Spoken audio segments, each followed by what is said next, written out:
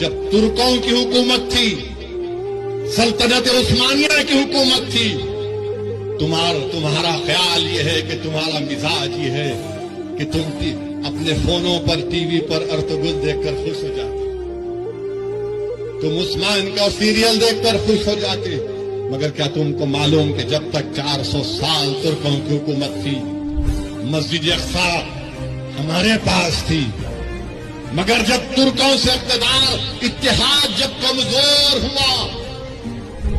قبیلوں کی بنیاد پر، عصبیت کی بنیاد پر جب اتحاد پارا پارا ہو گیا،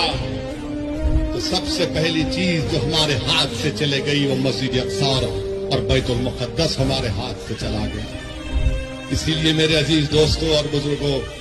اتحاد کو مضبوط رکھو، یاد رکھو، تم کو ہم تمام، مجھ سے تم کو نفرت ہو